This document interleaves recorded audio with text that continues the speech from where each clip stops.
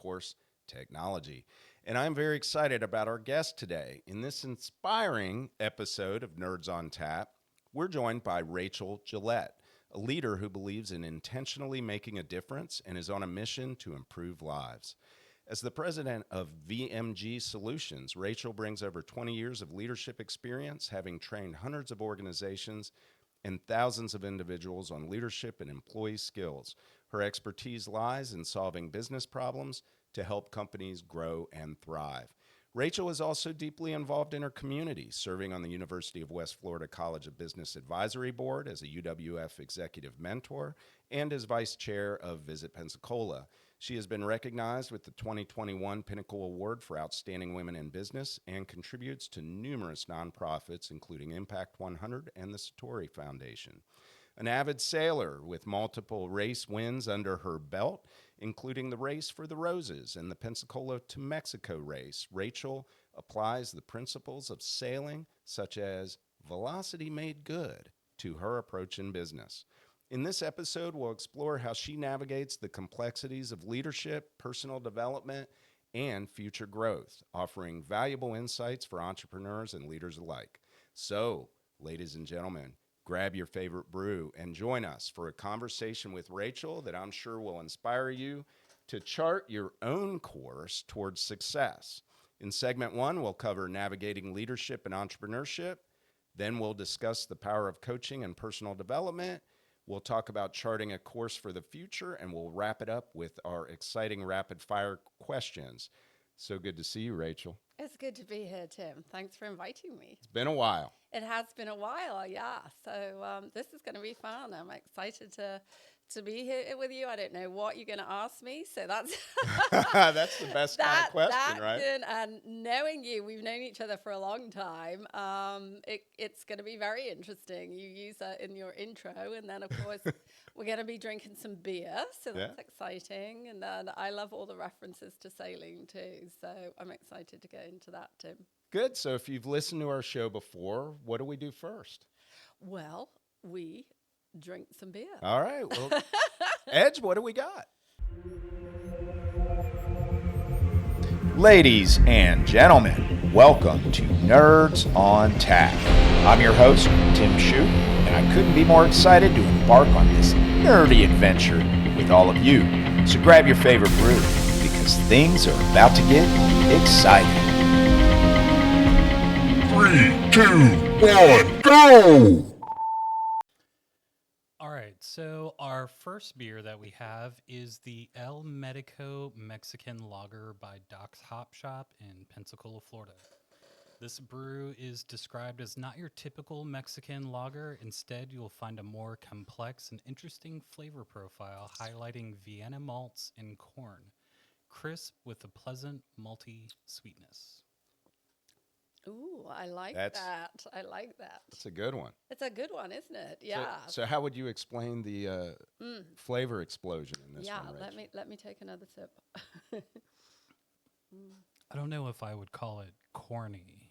No, it doesn't taste corny. It's actually, there's no nuts in this. No nuts? Well, I mean, it says... Well, the nuts are Vienna here malts. drinking it. It's being consumed by nuts. Yeah, it's very smooth, but it's got a lot of body, to it, doesn't it? Yeah. It's like it's very not full, like a full-bodied. yes. Yes. Yeah, it's pretty light, too. It's very smooth and easy. See, it doesn't taste like a light beer. It's got a lot of flavor, a lot of body. It's very smooth. It's a nice beer, and I mentioned the Mexico because of the Race to Mexico that you mentioned in your intro that we do on my boat, which is called Atlantic Union 2. We had Atlantic Union 1, but we're on 2 now, bigger boat. Awesome. And every other year we do this race. Actually, there's some really good stories about this year's race if you want to talk about that. But yeah, we get down there and we certainly drink some Mexican beer as well as rum and maybe a bit of tequila. Where do you go? Where down in Mexico? Where are you?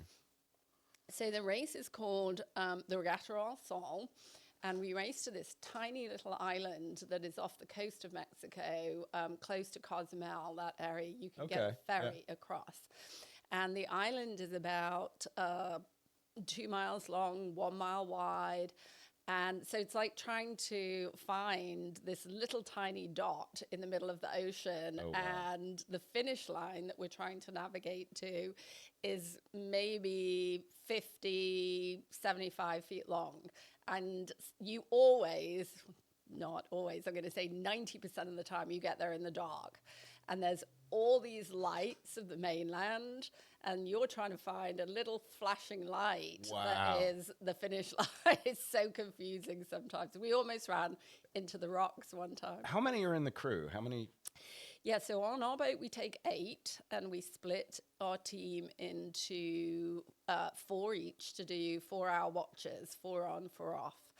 So it's 24 hours a day. We race constantly. We always have 4 people on watch, and then you can go off and rest and try and sleep. But honestly, you don't get much sleep because it's just so intense and it's hard to sleep. Yeah, and the unexpected. I mean, Yeah. I'm sure there are plenty of stories. We've only got, an hour here, but Yeah. I'm sure there's plenty of stories about kind of like in business. Oh gosh, it just translates all the time, Tim. Yeah. The unknown, because you're Right. going into the unknown. Absolutely. Weather events. What? Before we get into segment 1, let's talk about that because it translates perfectly into this first segment. Yeah. Let's talk about the unknown. As because as a business leader, we're leading into the unknown sometimes. All the time. All the time. As much as we try and plan and prepare, you just don't know. And so it's very, very similar. Doing racing is very similar to business. You get the right crew.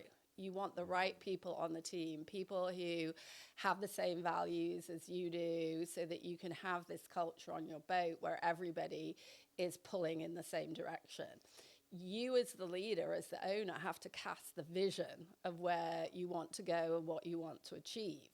So you do that at the outset of every race, which is sometimes it's winning, but sometimes you realize you're not going to do that because the boat, maybe there's some boats just have more experience and are better than you. So you have to cast the right vision.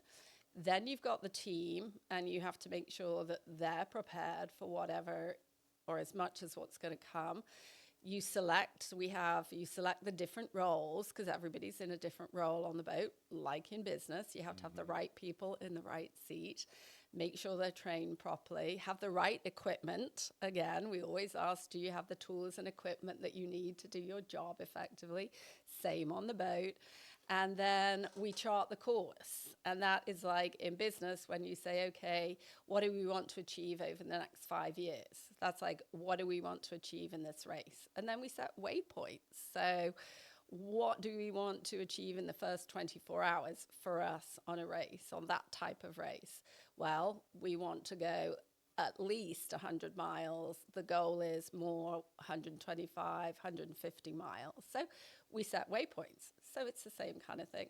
We study the weather, and this is where the technology piece of it comes in, Tim. Again, in business, we rely on different systems to help us. We do the same in sailing. So we're looking at the weather. We've got all kinds of weather programs and software to be able to process it. And then... So you can somewhat predict the unknown. Yes, we're trying to.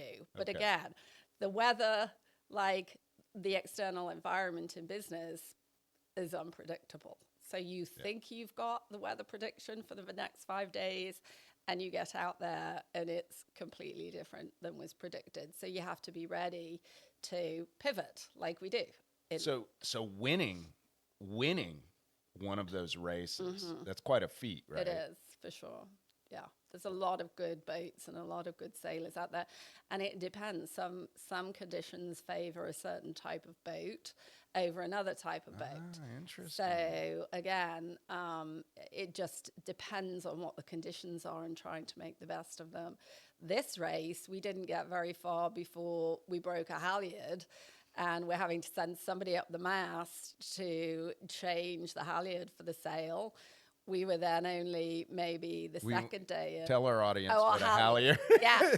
There's gonna be a lot of Yeah, I was sailing. about to ask. I It's was like, like- I don't know what that is. It's like technology, right? There's all these different terms in technology, and you have to learn them. And then different terms in business. In my company, which we can get into, VMG, and what it means, I work with all different kinds of businesses. I'm working with a construction company, and they keep using all these different acronyms, and I'm trying to learn them and understand their industry. And then I work with the healthcare industry, and same thing. And then I work, with tag, right? And so you have to learn these terms. So a halyard, there's lots of ropes on the boat, and they all have different names. A halyard is something that you attach to a sail to raise it. Okay. So the halyards raise sails up and down.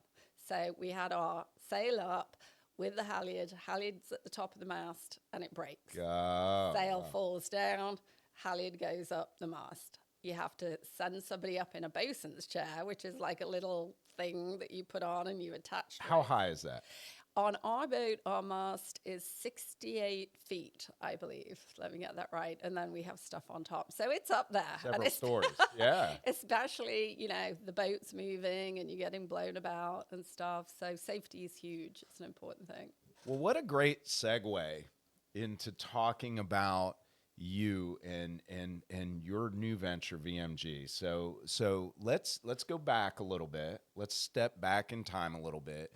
Share the moment when you realized that your passion for law was evolving into the passion for helping others succeed in their entrepreneurial journeys. Right. So I started, people listening may realize that I have a bit of a not local Pensacola accent. It's Northern Alabama. What? No. No.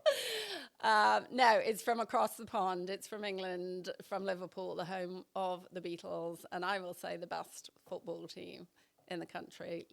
So it's from Liverpool, but there's a story again, and it relates to sailing as to how I got here. But I was a barrister at law in the UK, the ones who wear the white wig and the gown, and we're in front of juries. And Do you have a picture that we can use? wow, I would have to dig back because that was. I would let me love to see that. Yeah, I do, and I actually still have my wig. I should have brought it with me. It would have been fun to show you. It's made of horsehair, and made exactly for my head. It's custom made by this company called Ede and Ravenscroft, which is a very, very old and very posh. It sounds very Hogwarts. Yes, It does. is, exactly. But yeah, so I was an entrepreneur. As a barrister at law, you are an entrepreneur, you're a business owner. And so you have to learn. I mean, I was a specialist in law. I'd gone to university for that, and I had learned everything I needed to know. But then all of a sudden, I'm also starting a business. So I need to know about marketing, and I need to know about accounting, and I need to know about managing other people. Fortunately, the system that we have, we work as a collective. So a group of barristers coming together, sharing barristers' chambers, which are our offices, sharing administration and that kind of stuff. So we did have a professional helping us to some extent, but it's still, you're your own boss. And so you have to manage that whole situation. So I learned a lot from doing that for 10 years. And I loved it. When I came to the States, I kind of switched tack completely and became employed. So different, but still passionate about personal and professional development and really knowing and understanding how businesses work and why do some businesses thrive and others don't. What's the secret sauce? And so that was something that I was always passionate about, learning about, reading about, listening to podcasts, and just trying to get very involved in it. So the next 20 years of my career was doing that, and then helping other businesses with employee training, employee engagement surveys, doing conferences, coaching, business coaching and leadership training. And then all of that, I decided to translate into starting my own business, taking the leap of faith. because I really wanted to be able to spend more time with individual businesses, with clients, because it's hard being a business owner, and trying to create positive change within a business is difficult. It takes time. And so as a business coach and consultant, I want to really be able to get to know the company that I'm working with, get to know the people, and then I can really make a difference. I can help them, and I can help with the people element of it and how to improve culture, and then also look at systems and processes and see how we can create efficiencies. So did being a barrister, did that assist you with decision making in business? I mean, that's what it sounds like. That was the precursor to who you are today. Absolutely, very much so. As a barrister, there's a lot of strategic thinking, strategic planning around the case itself and how are you going to win, which is what you wanted to do. You wanted to win the case. So there was a lot of research, always a lot of planning and preparation for the trial, the same thing.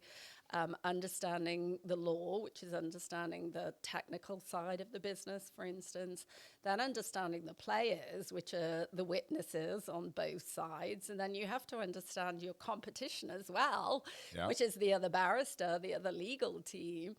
So again, all of that really helped me as develop those business skills, actually the legal side of it and being in the courtroom, as well as the business skills that I was developing as an entrepreneur. So I've parlayed all of that into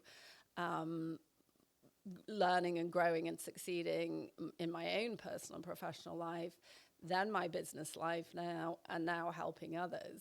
And then parallel to that, Tim, is the sailing aspect of it, because I've always been passionate about that as a hobby.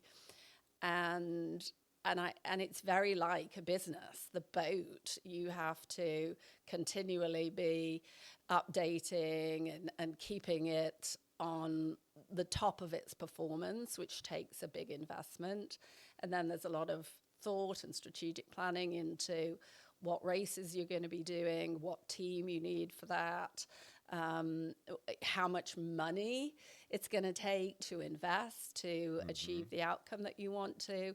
And every time I go out on the race course or on the boat, I'm learning about teamwork and communication and leadership and strategy. I always say it's like playing chess, but the chessboard's moving underneath you because the water is moving. There's current, there's waves, there's wind. And so when I'm out there on the boat, I'm applying what I know, my leadership skills, my communication skills, the strategy.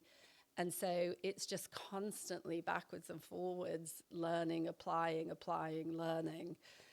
And it's incredible. And that's where VMG Solutions comes in, because VMG is a sailing term. Yeah. And your passion for sailing has come over into your passion for helping others in business. Absolutely. Velocity made good. Yeah. So let's talk about that. It's a fascinating concept from sailing. Yeah. Right. And so how did this principle become a cornerstone for your approach to business leadership and coaching? Absolutely. When I knew, I'd had this idea in the back of my head that I was going to start my own business. And I knew that if I did, I wanted to call it VMG Consulting or VMG Coaching. It ended up as VMG Solutions because that really fit, that I'm doing consulting and coaching and facilitating. But VMG, as you've done your research, is velocity made good, which what it means is the fastest course to success. So we take our hardware, which is our GPS, and in it is programmed the data from the boat, and then we add to it the speed that we're traveling at, because it's doing that through the water. It's telling us that. And then we add the destination, the waypoints in, where we want to go to. So we specifically add into the GPS the route that we're going on. And what it does, its magic, is to calculate for us the fastest course. So for those of who are non-sailors, you can't sail directly in the direction you want to go. Fastest course from here to there, we think, is a straight line. But in sailing, you can't sail in a straight line from where you are to the course that you want to go to. You have to tack backwards and forwards. And so you're on one tack, which is you think you've calculated as the fastest course to the mark, and you're constantly looking at the data and the calculations that the machine is doing. Mm-hmm. And at one point, it will tell you that VMG starts to drop the number, the speed that you're doing towards the objective. And once it drops low enough, that's the decision. Like, you never want to let your VMG be zero, because then you're making no gains on where you want to get to. If it's negative, then it might seem like you're going in the right direction, but you're absolutely not. So you're applying, I mean, in the world of business, we'd be talking about data and KPIs, and that's the absolute translation. It's the exact thing. I mean, you're taking data and you're setting milestones, and you're plotting your course based on that. So let's talk more about sailing.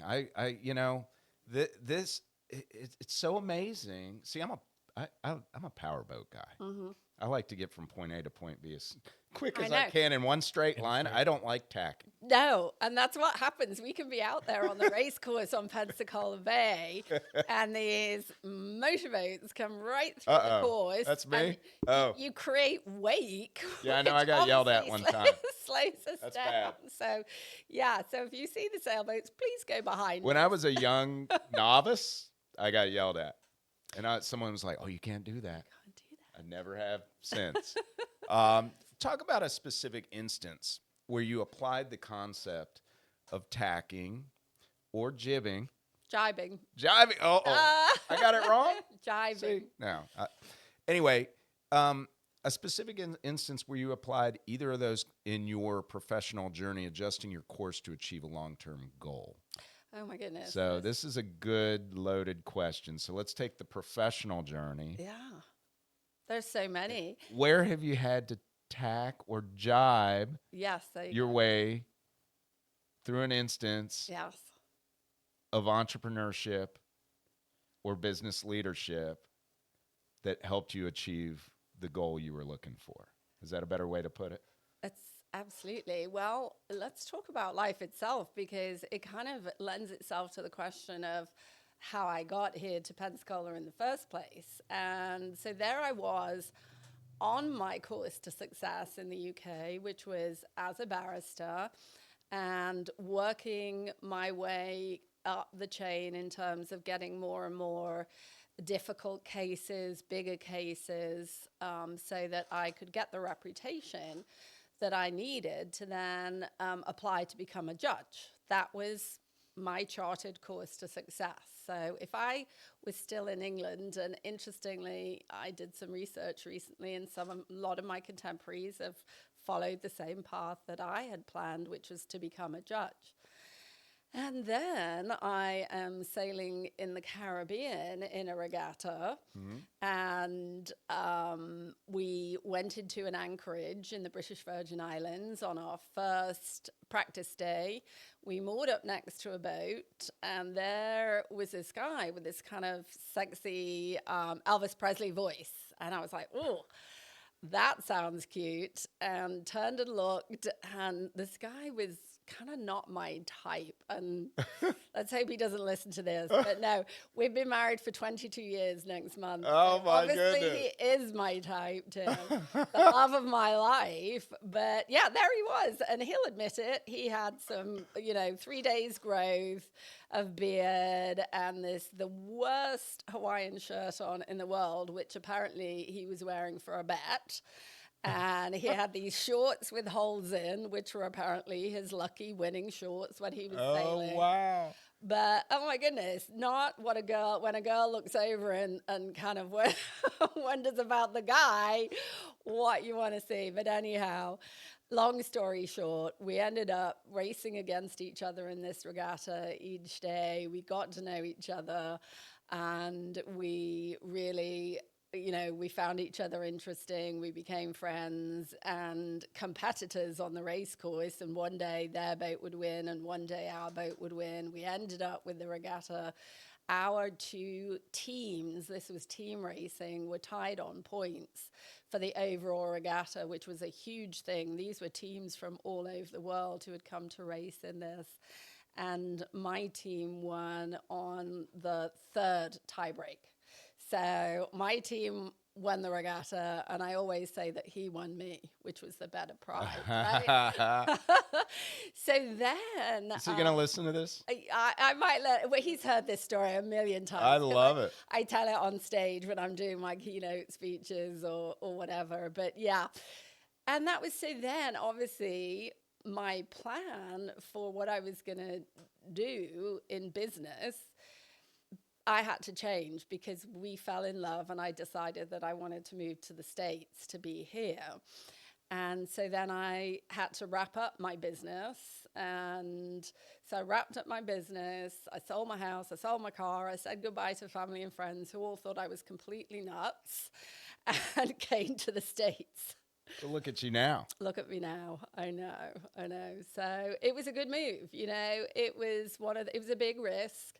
Yeah. But my strategy was that I was going to do everything that it took to be successful over here.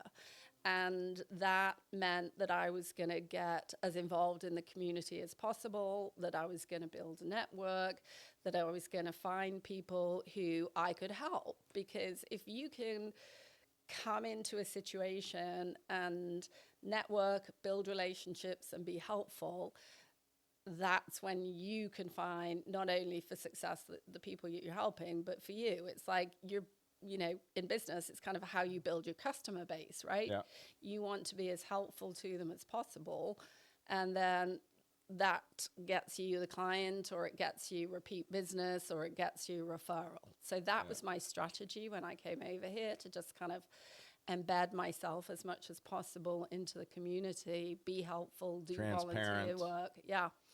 And just get started. Let people know who you are. Yeah. Transparency is what I've always found to be the key. Yes. Is just show people who you are. Yeah. I love that. Yeah.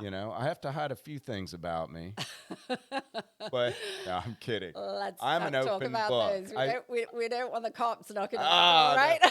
But I think kidding. being an open book is the best way to be, because I think it builds trust and loyalty. And honestly, it's worked for me.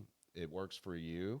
I love that you've come down to the South, and now you can combine your British accent with a little bit of a Southern twang. So that's going to be interesting as that gets absolutely. more and more. And what's fun, Tim, is that I forget the British words for things sometimes, and that really annoys me. And I can only remember the American word, and then sometimes I'll use the British word, and people won't know what I'm talking about, or they won't understand my British accent. How long have you been here? 22 years. 22 years, okay. Actually, it's 22 years tomorrow, Tim. I don't hear any Southern. I really don't.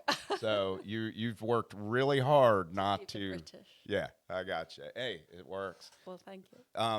So we're going to go ahead and dive into our next beer. So you're going to have to finish that first I'm one. Have to catch up. It's like being back at uni. It's like down that beer. It's okay. I've had requests when the ladies come on the show for vino and other things like that, and we try to, you have to tune in to women in we did a women in leadership segment. We have a girl, Josie Keck. She's from Brazil.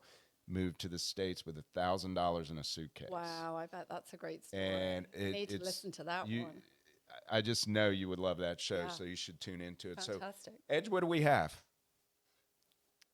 All right, guys. So our next one is the Pensacola POG. It is kind of an oddball in our selection, but it's from Perfect Plain, the brewery in Pensacola.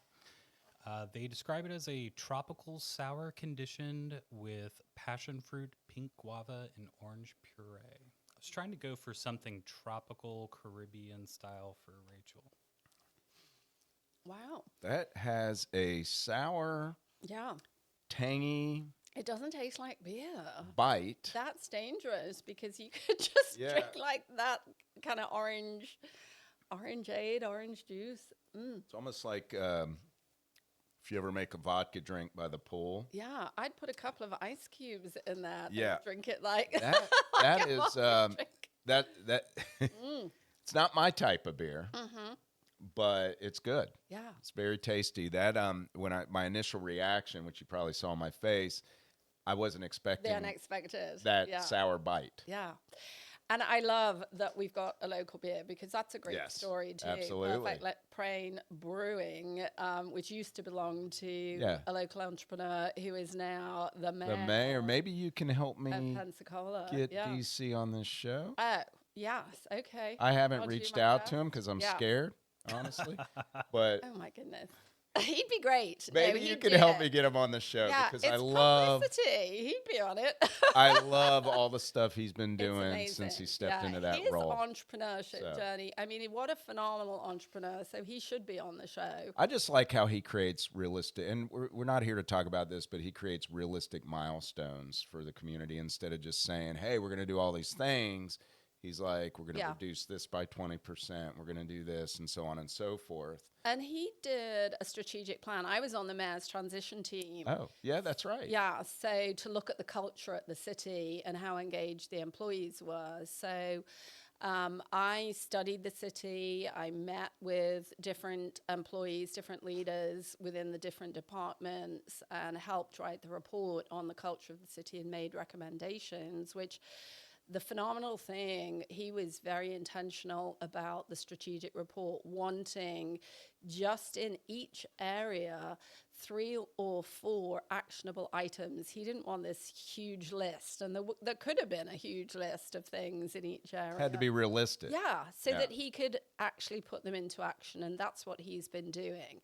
So he took that strategic plan from the mayor's transition team, and then he's been working through that and adding to it. And he's currently doing a survey for Pensacola residents to chart the course for success for the next 5 years, so into 2030. So he is a really good businessman. He's translating that into how he runs the city so that he can just create a better place for us all to live. And he's doing it by having a strategic plan, by having waypoints, by having KPIs, by having measurables, and holding people accountable for those. And that's what it's all about. And then building that engaged employee base, i.e., an ownership mentality within people who work for the city so that they're going the extra mile to do what it takes to achieve those outcomes. And great communication. That's the other thing. You can never please everybody when you're communicating and telling people what you're doing. But if you can be, and this goes back to your point, Tim, as much communication as possible, transparency when things go right, but also when things go wrong, to say, hey, this didn't turn out how we expected. My fault. I didn't do as good a job as I needed to. And so the communication that he is doing has been really good. The weekly press meetings to give information and answer questions, surveying constituents to hear from us, and then sharing information back. So communication is one of the biggest downfalls when you look at businesses. I agree. He's always been a great communicator, leveraging social media, and he's a big Instagram user.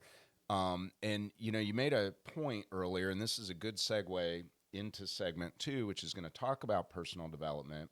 We just did an internal training in here. Actually, our operations VP of Operations, Brian Wilkie, put together an entire slideshow for our amazing team just on how to, years ago they taught you how to multitask. Multitasking was the thing, but it's not. It's the reverse of that. Your brain can only do so much.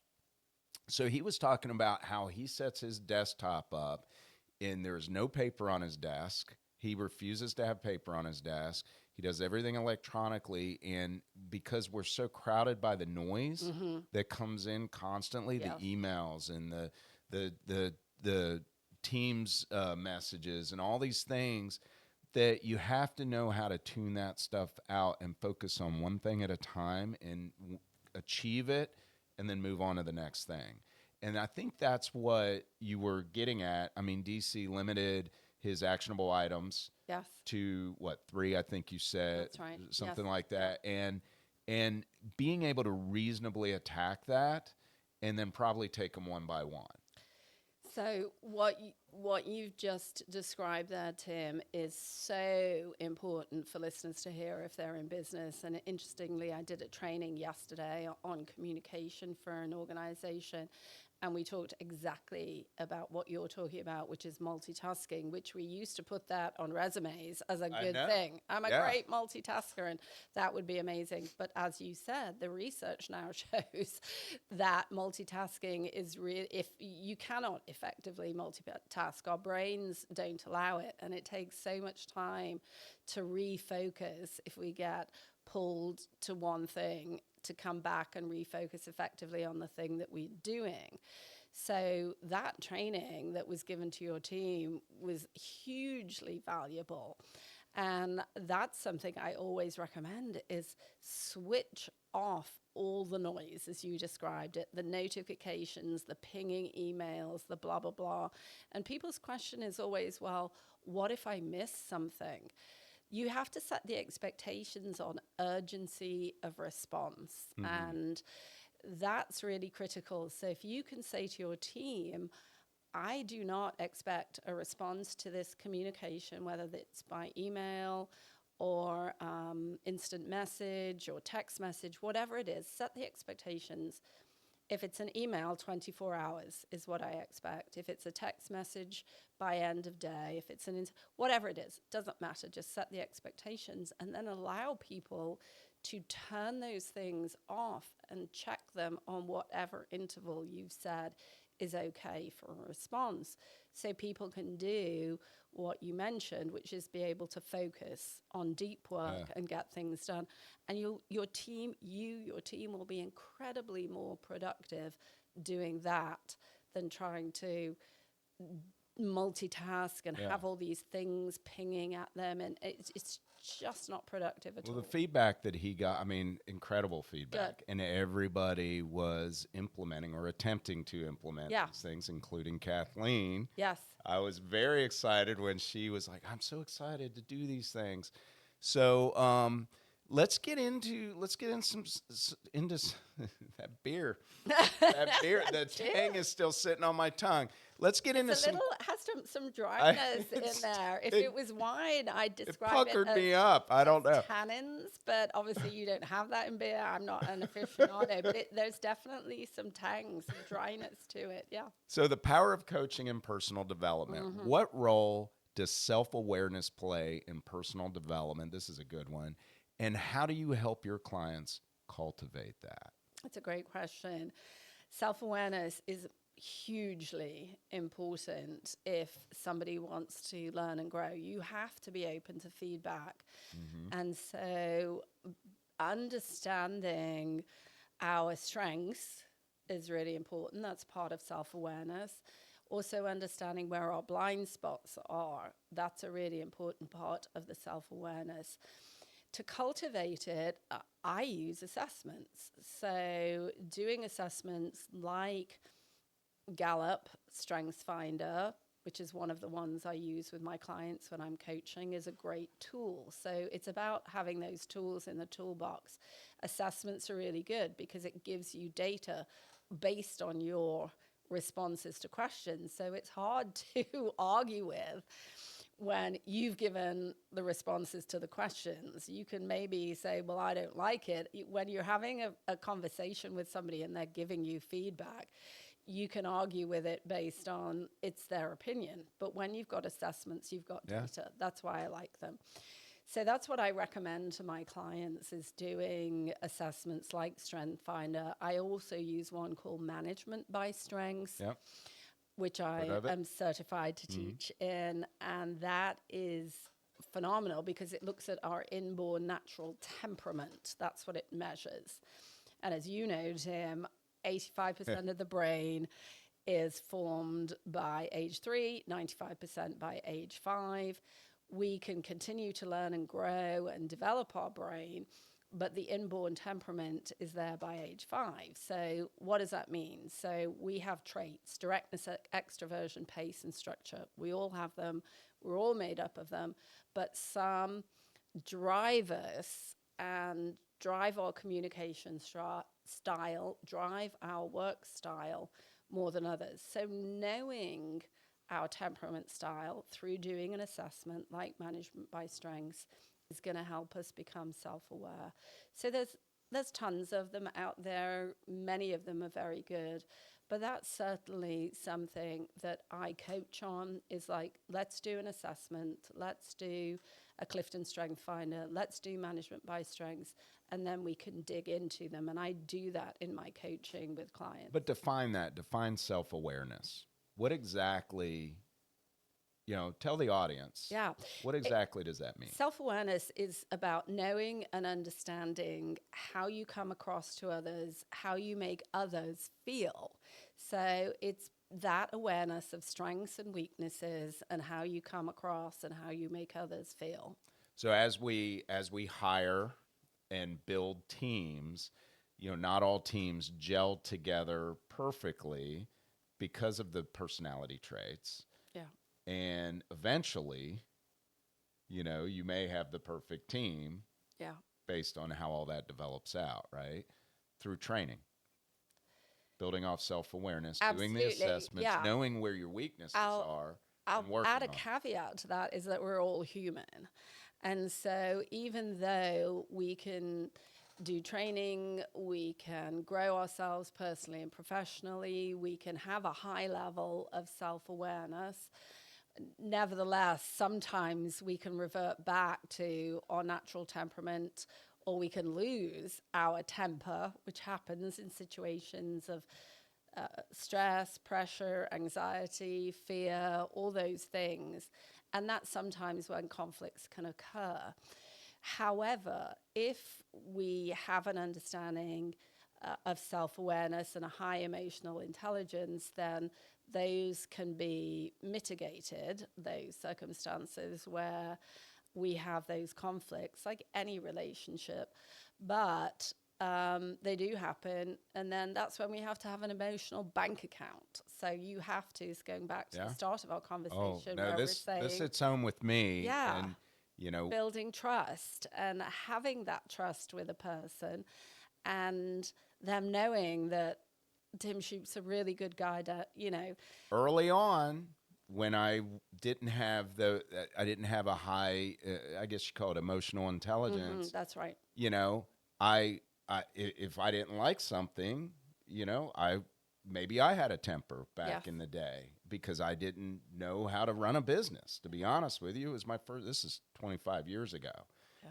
And through the years, doing assessments and learning on how to mature as a business owner and a leader. Tim, when's the last time you saw me get emotional? This morning. He's going to say this morning. Well, everyone loses their temper from time to time. I haven't seen you become irrationally upset in a really long time, but I also think I know you pretty well at the same time. Yeah. Just a couple years ago, I went through a pretty traumatic experience in my life, and Tim Shoup was the first person I called.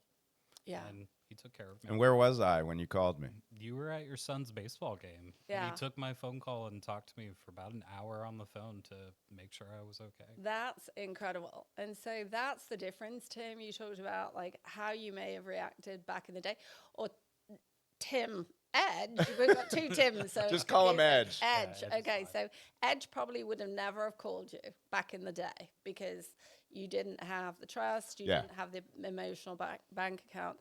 Now, when he was in a situation that was difficult, emotional, hard, he felt that he could call you, and that's a testament to the fact that you had built that emotional bank account, you had built that trust with him, that he could do that. And kudos to you for taking the call and listening and caring.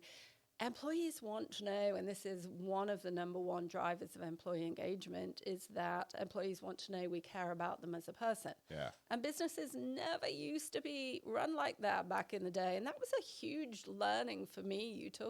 You asked me the question, Tim, like, how have I pivoted or changed?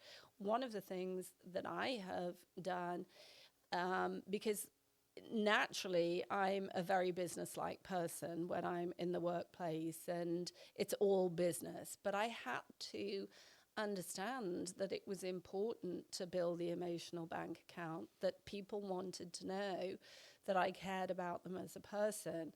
And so in order to do that, you have to talk about personal things. Yeah. And as business owners or leaders, we're like, I don't want to get personal, right? We come to work, we're business-like, we leave the personal side at home. Now, of course, I'm not saying that we get into that every day, or it just depends. Like, you have to build the relationship, but that idea of caring and caring about the individuals who work for you and treating them like humans, putting the human back into business, is a real driver of employee engagement. And that's how much an employee is willing to go above and beyond for your organization. I think it trumps, as far as employee retention, I think it trumps pay, salaries, and things like that. I mean, everybody needs to make money to live, but I really do think that that is one of the key drivers of employee retention is knowing your employees and understanding what matters to them and getting to know them as people, because we're all humans. Yeah. And we should care about one another. Absolutely nailed it. Yeah, and that's what the studies show. So you're spot on, Tim. So how do you tailor your coaching to meet the specific needs of each client, considering the diversity of industries and backgrounds that you work with? Because you mentioned construction. There were several others. Yeah. Dive into a few of the industries that you work with and then lead into the question. So yeah, so how do you serve them all? How do you I do know, that? it's interesting. And I'm working with startups. I'm working in healthcare, real estate. This is a fun one. I'm helping a magician here in Pensacola grow his magician school, both in person and online.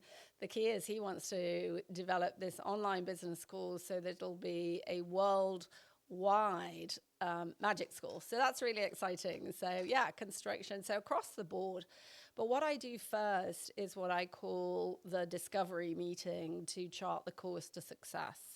So the first thing I'll do with a client is a sit down, 3-hour discovery meeting, and I will ask a lot of questions to really get to know the client. And oftentimes this is a voyage of discovery for the client as well, because I focus not just on business goals. Obviously that's important, and we look at those. We look at the structure of the business, and we look at what they want to achieve in the business over the next 5 to 10 years. But then I put that in context of life itself, because for me, it's really important, and I think it should be important for business owners and leaders, that we're creating a business that works for them, not them having to work and kill themselves for the business. So how do we create a business that works for them, for their life, for their family life? And how do we create a business that is successful so that they can employ people and help those people achieve their goals? So we sit down and we do this 3-hour voyage of discovery to chart the course for success. And I've had laughter, tears, you name it, as we go through this process. But what we do is we take it from a 30,000-foot view of what 10 years might look like, the best life ever might look like for them, down to 5 years, down to 1 year, and then we set those actionable goals, the waypoints. What can we do in a 1-year period to achieve what we need to be able to get on that course for success? And then we break that down into shorter periods and smaller waypoints, as I call them, because it's a sailing term. They're KPIs or measurables, doesn't matter, but we break them down into smaller periods, shorter variables, and figure out how we can realistically do them. And then my process with coaching and consulting is to be the accountability piece. That's the thing that really keeps people on track, is having an external business coach or an external consultant to keep them on track, to hold them accountable. And so that's what works. We're seeing some great success with my clients. So I'm going to go off script here. You talked about tears and laughter. So answer me this: as business leaders ourselves, you're having to tell business leaders that some information that they may not want to hear. They may not want to hear that, you're not leading in the best way possible, and they may get offended. So have you had that happen? I don't know if you can talk about that on here or Yeah, for sure. No, because coaching is about having the person uncover the truth themselves. So rather than telling, which as you described it, what I do through the coaching process is ask deeper and deeper questions. So a person will say how they handle the situation, for instance, and I'll ask a question about what the outcome was of that, and they'll tell me. And then I'll dig deeper and I'll ask them how it felt. And then we'll dig deeper and ask, well, how did your employee feel about that? Yeah. Or how did the team feel about that? What was the outcome? Was it a good outcome? Was it a bad outcome? And eventually through the coaching process, we get to the point where the client realizes that I could have handled that better. I could have done that differently. So they come to the self-realization, and then we talk about, well, what would that look like if you do it differently? And then we continue to coach so that they have a new process that they can put in place next time when the situation happens, if it happens. So it gives them better understanding. It does. Okay. Rather than just kind of maybe say, I am this person. Don't do that, do this. A lot of self-awareness. It is, absolutely. And that's a really big part of the coaching process, is to help people understand that. And that takes time. It might not happen in the first coaching session. We have to have multiple coaching sessions to be able to get to that point. Yeah, that makes sense. So before we jump into our next beer, I got one more question for you on this topic.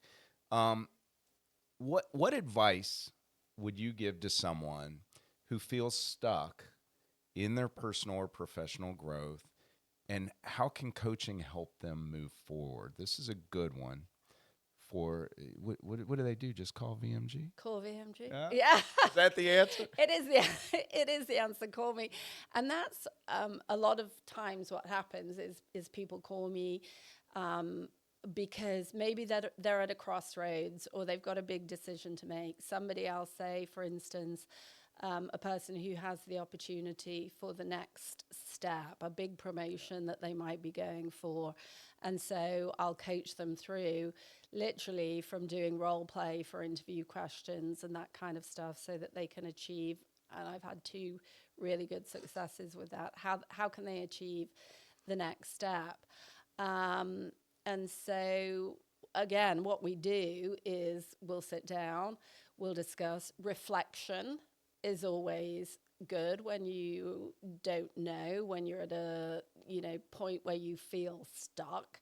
Reflection on the past, what worked well, what you've learned from it. And then really a big thing, Tim, is understanding what is going to make you happy, like what really matters to you. So if you're in business and you're trying to decide, do I want to sell my business? Well, let's look at the pros and cons of that. Let's look at your value system, and then let's look at what really matters to you in making the decision. Same if you're thinking of growing the business and acquiring businesses. We'll dig into the why behind. You might want to do that and look at some of the decision-making process And so again, it's kind of a process of uncovering what the motivation is and looking at what the different outcomes might be for you and what really matters. So it really does help people get unstuck, whether it's a personal, professional situation or it's a business situation, and just having an external person to bounce things off, because coaching is completely confidential. So when I go to a business client who maybe has 100 employees, and I'm going to go and interview 20 of them who are in leadership and supervisor roles, I make it clear to the client, the owner, that I'm not going to share exactly what somebody has told me. I'm going to share an overview of the information that I've gathered to give them recommendations on things to do. So then when I'm talking with the person who's in the supervisor or the managerial role, again, I said, this is confidential. You can tell me anything that you want to. So it allows people to speak really freely because you've got an outside consultant or an outside coach. Kind of like a business therapist. It is. And we can brainstorm. At the end of the day, I'm going to bring you my 30 years of business experience, and I'm going to kind of help you navigate like we talked about. I'm going to provide you with advice. But ultimately, I'm going to help you make a decision that feels good and feels right to you by gathering as much information as we can, as much data, doing the assessments, whatever it takes to make the right business decision at the end of the day. So, ladies and gentlemen, we're talking about VMG Solutions. We're going to spend the last segment talking about what Rachael can do for you as a business leader. But before that, she needs to catch up on her beer drinking, and we're gonna we're gonna hit the next beer. Edge, take it away. All right, so our last beer is the Samuel Adams Winter Lager from, obviously, the Samuel Adams Boston Brewing Company. It's brewed with cinnamon and an orange peel, no baking required. It's full-bodied flavors he's and telling a me I smooth have- ride, No, you don't. bringing an Sorry, Ed. unexpected twist. You don't have to drink that. You don't have to drink that. Sorry, Ed, I interrupted you. It sounds yummy. Let's see. What do you think, Tim? It's a winter beer. It is. Yeah. That's a good. I actually keep that in my cooler in the winter time It has a good. because good nose to we it. drink cold beer here in the States. I am a cold beer drinker. This is a lager, right, Edge? Yes. Okay. Absolutely. Isn't it good? It's got a good. Yeah. Well, I mean, So you told me that you liked lighter beers, and you've liked both lagers that we had today. Yeah, and that's. so because of our show, I know. you have opened up your palate. I have. I'm To new and exploring exciting- new and exciting things. This sort of reminds me. I used to drink beer when I was at university in England. Actually, even kind of pilsners and things like that, because they were cheap and That's funny. you could have a good time without having to buy too many of them. But this reminds me of that. It's a nice beer. Yeah, it's good. It's good. So we are going to get into our last segment, and we are going to talk about what you can do for our audience that's listening out there. As you look to the future, let's start with this. As you look to the future, what trends do you see shaping the world of leadership and entrepreneurship, and how is VMG Solutions preparing to address them? Thank you for asking.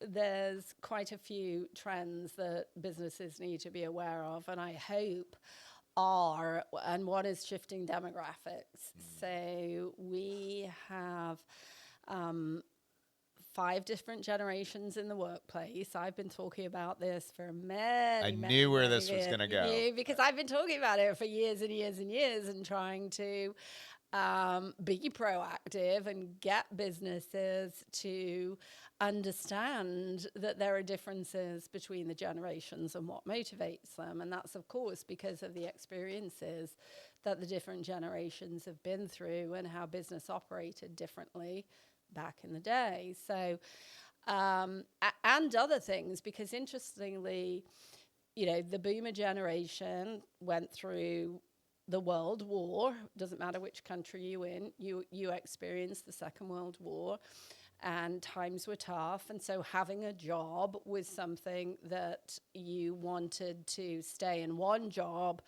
grow with the company, and be there a long time, because there was so much instability in the world. That was what you wanted to do. So the boomer generation in general are more loyal to one organization. My husband has been with the company that he works for 38 years. I know other people in that generation. So that's tenure is generally longer. When you move to Gen X, woohoo, the best generation. I know, high five. We were the 80s and the 90s, so risk taking is something that kind of comes natural to us. We don't mind change as much. Obviously, it depends on our temperament, but that's the situation that we were in. We're still loyal. Like, we still generally want to work for a company for a longer period of time. But then when you come to, the generations that are behind us, actually, in terms of the number of people born, that's the other thing. The boomer generation was big. Gen X was really 10 million people less. I think you and I were in the same workshop that talked about that. Mm-hmm. So we've got a huge gap. And then you've got Gen Y and Gen Z. And interestingly, that's another situation with the worldwide pandemic that changed that generation's view on what was important. Yeah. And what success looked like. And this is a big part. Hybrid or working from home is Exactly. one of the things. That's a big part of my coaching, because for a boomer, what success is, and for what a Gen Y or a Gen Z or a Gen Z plus, whatever is happening now, it's very different. And that is flexibility and being able to work from home, and maybe the benefits are more important than the pay and time off, and the opportunity to maybe do my side hustle as well.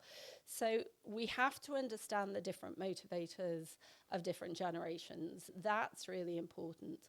We have to be able to allow for those generational differences. And you mentioned a very specific one, which is working from home versus working from the office. And for some organizations, they had to embrace it because of the pandemic, and people work from home. And then it was like, oh, this is great. Everybody's being productive.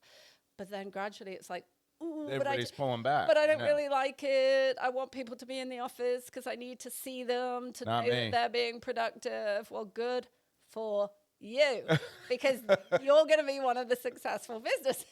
We're leveraging technology to bridge that gap. And I think everybody should, because why do I have to physically be somewhere if I can mentally do the job and communicate with everybody?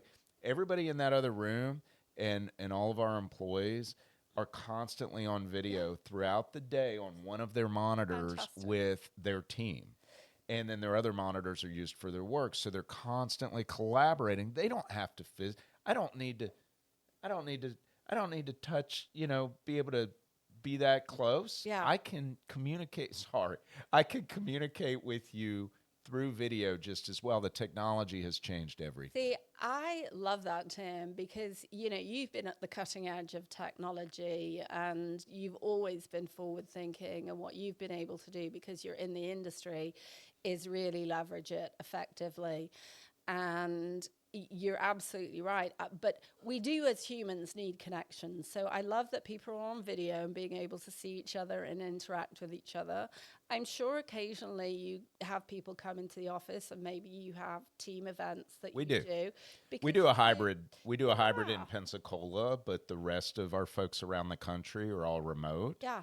But we bridge that gap through, like I said, through video Yeah. and other Yeah, events, because that in-person events that we human do. connection is important, but leveraging technology to bridge that gap is the way to go. So let's stay on that. I'm not going to cut you Ooh, off. no.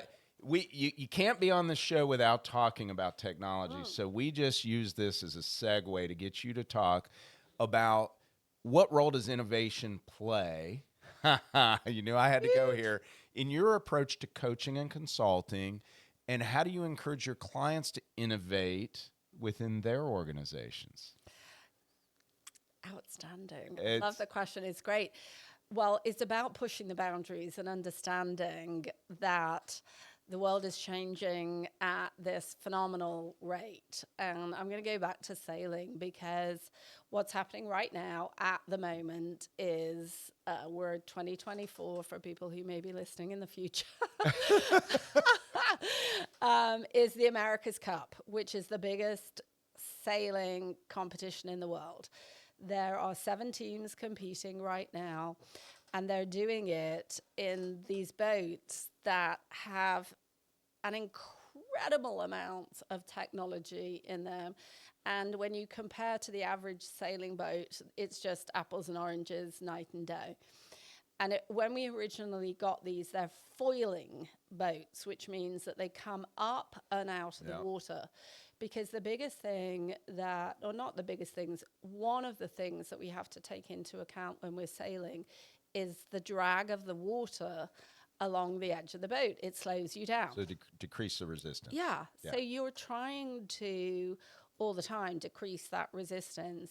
What they've done in this technology is found a way to bring the boat up and out of the water in what we say call foil.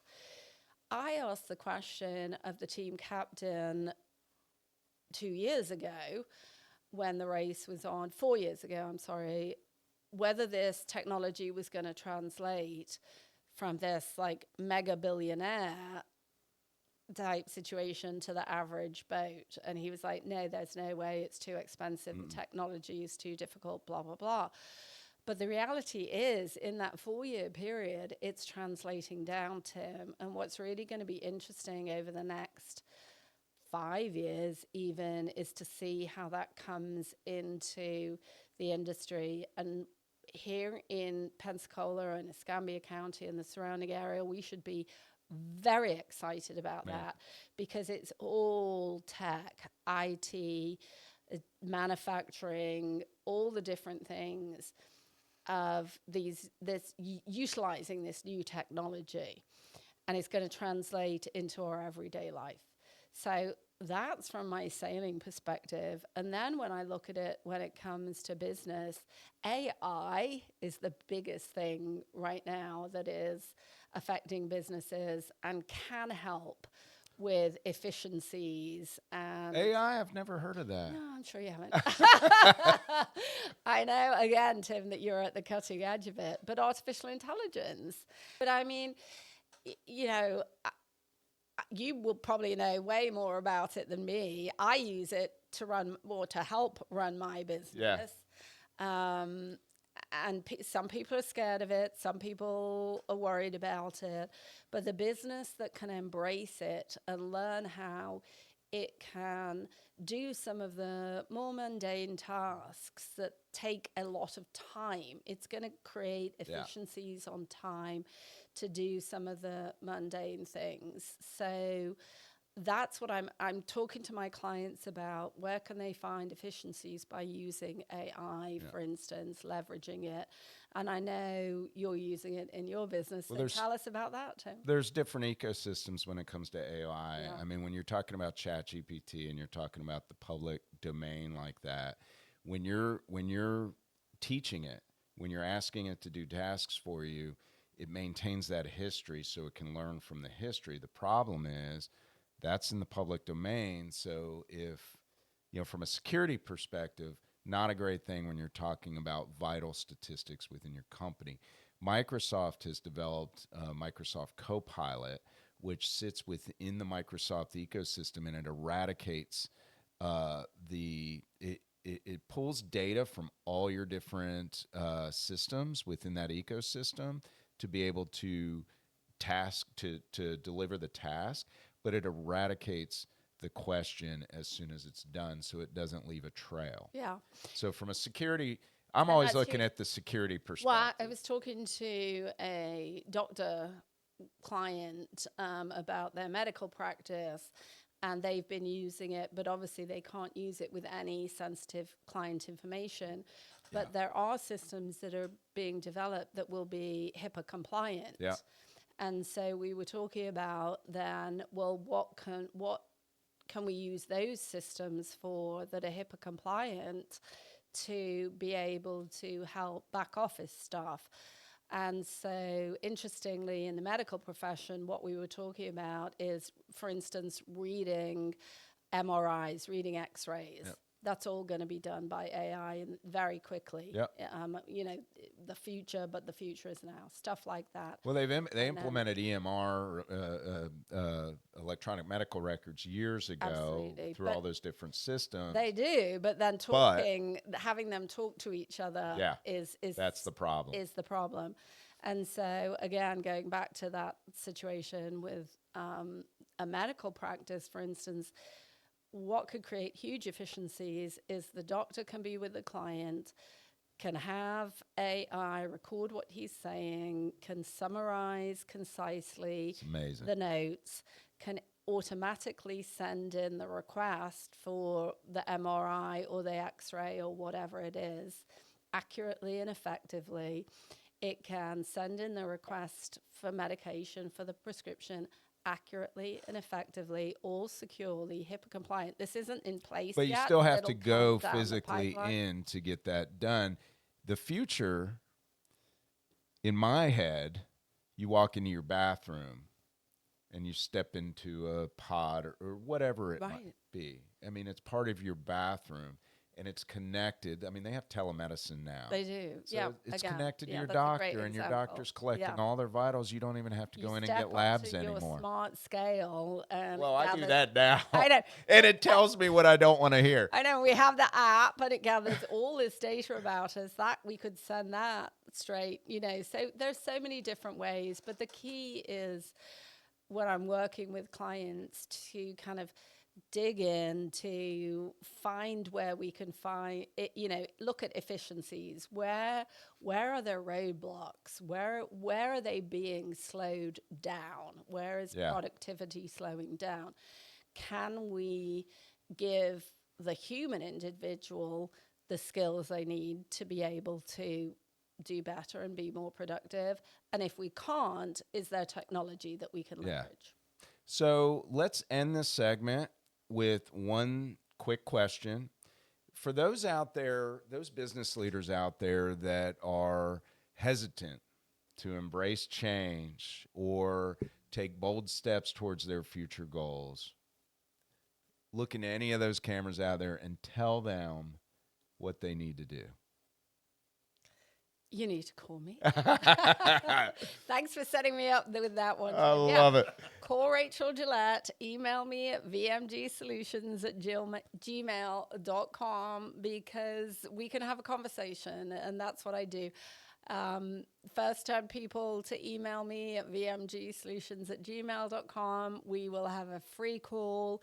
We will do one of my shortened discovery sessions, and I'll see how I can help you, because that's what drives and motivates me, is how can I help people, and especially how can I help business owners and leaders, because they are the heartbeat of any community. And so if we can have great businesses and create great places to work where people actually enjoy working, that's a huge driver of mine. Business doesn't have to suck the life out of you, whether you're the owner of the company or you work for the company, it should be a place that we enjoy going to, that we feel the leader cares Empowers you about to want to us. do more. Yeah, that we Yeah. have people that we like to work with, that we feel empowered, that we're doing something that makes a difference. And so that's what VMG Solutions and Rachael Gillette is all about. All right, something new that's been on our show. We're going to finish the show with 7 rapid fire questions. Here we go. Okay, let me Number take a 1, sip of beer. take a swig. Okay, Take a this swig. is to give me more time. All right. You know, just go ahead. All right. What is the best piece of advice you've ever received? Take a pause before answering. And did you see I didn't take a pause? But that is a phenomenal piece of advice, because when something happens, we often go into this sort of reaction mode. And that first reaction, whether it's banging back an email or a text message or just responding verbally to somebody, might not be our best and highest self. So taking a pause, taking a breath, being thoughtful about the response, and this is where the emotional intelligence, the IQ, and self-awareness comes in, is really thinking about what that response should be. So take a pause, take a breath, count to 10. Mine came from my wife Of course, she's when I was between 2 businesses. amazing. This was her The advice. amazing Kathleen, yeah.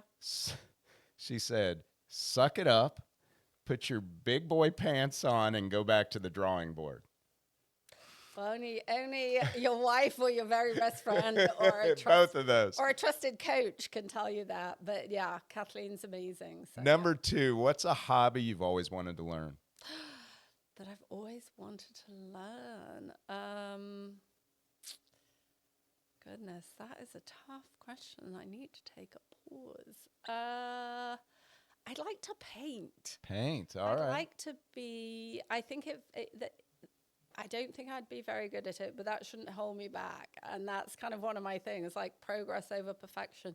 Painting would be therapeutic, and you create something. So painting. All right. I think mine would be getting more involved in filmmaking. Yes. Love filmmaking. If you could sell, we're getting on sailing, anywhere in the world, which it sounds like you already have, where would it be? I think it would be somewhere like Bali. Okay. Yeah, somewhere like really exotic, really interesting. Maybe the Galapagos Islands. I know people who have been to the Galapagos Islands, and how interesting and amazing. So yeah, somewhere like that.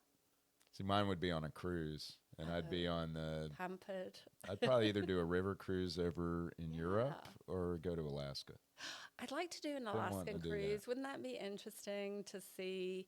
And that landscape is disappearing. So seeing glaciers and It's seeing on my that it's on my landscape list. It's on my bucket and list. the northern lights. Oh yeah. Yeah. What's one thing on your, speaking of bucket list, what's one thing on your bucket list you haven't done yet? Oh gosh, there's so many things. There's so much travel that I want to do. So I would love to go and explore New Zealand. New Zealand. I've always wanted to go to New Zealand. That's we were just talking about New Zealand in the last episode. Yeah, we well, were. yeah, okay, so that's definitely on my bucket list. You know, when I came out of boot camp, you fill out what's called a dream sheet. Mm-hmm. When you go into boot camp, you fill out the top 3 places you'd like to go. Yeah. To be assigned and go to your duty station. And I had Germany, New Zealand, and Hawaii on there. They sent me to Oklahoma. So, shows how much they in the like Navy. you. So You know, the other thing that I want to do, I like speed, and I would really like to drive a very fast car, maybe a Porsche, around a track. And I know that you've done that, haven't you? yeah, I have. Yeah. So, Raced BMWs on a track up in there's a Porsche track in Atlanta. Atlanta, I know. And one of my colleagues. He races there. Yeah. He has a 911 that he races on. He ran into a wall and broke his ribs. He's in his 60s. We talk all the time. But Oh my goodness. So, well, that's on my bucket list. I would love to do that. coffee or tea? Depends on the time of You're day. You're from I am England. a tea You're a drinker tea drinker. I'm in a the coffee morning, and then I like coffee. I'm after coffee. that. Yeah. Coffee. How do you take your coffee? Black. Yeah. Unless I'm at Starbucks. Oh. Then it's got some kind of caramel, whatever. My daughter, she's 11. It's all about Stanley cups and Starbucks. Stanley cups and Starbucks. That's there you go. trendy. Advert for both. I got two more. What's your go-to snack during a long day of sailing? Ooh, well, I love chocolate. Okay. So I always have to have some chocolate supplies on the boat. And so I'll go and, grab a little chocolate snack. And when I'm on watch at night, I make sure that I come up and I have a that's little funny. in either pocket Box just of to chocolates. give me some chocolate. English chocolates or American chocolates? Because Well, they're different. They're very different. They're very I do different, prefer English chocolates, I'll have to Okay. say. Yes, definitely. But they're hard to get. Not so, totally Americanized yet. dark chocolate. I like dark chocolate. That's my favorite, dark. So. Last question, and you can take a pause and Okay, take a sip. Cheers. Chin chin. What's your go-to music choice when you're sailing? Because I know you guys are rocking out there, right? Yes, we do.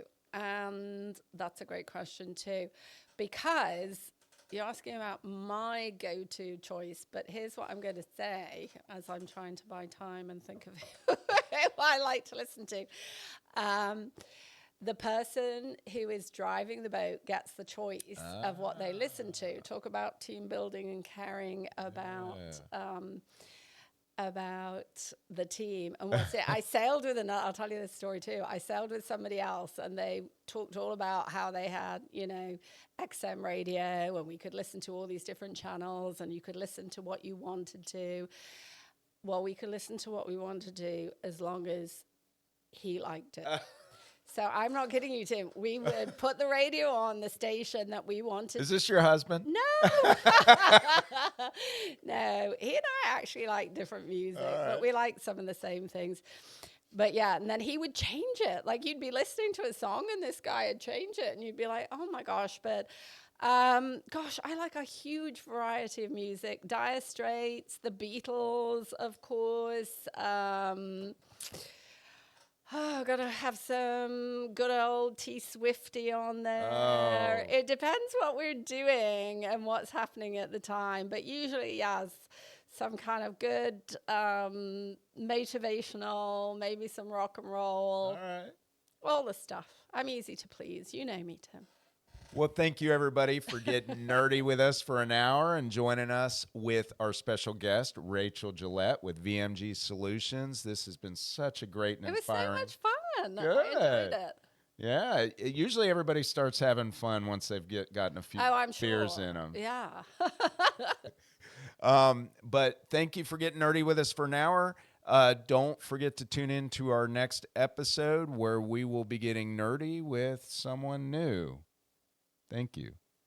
Cheers, my fellow nerds and beer lovers. Stay tuned for more Nerds on Tap. Oh, and one more thing. Help us spread the nerdy love and the love for great brews by sharing this podcast with your friends, colleagues, and fellow beer enthusiasts. Let's build a community that embraces curiosity, innovation, and the enjoyment of a cold one.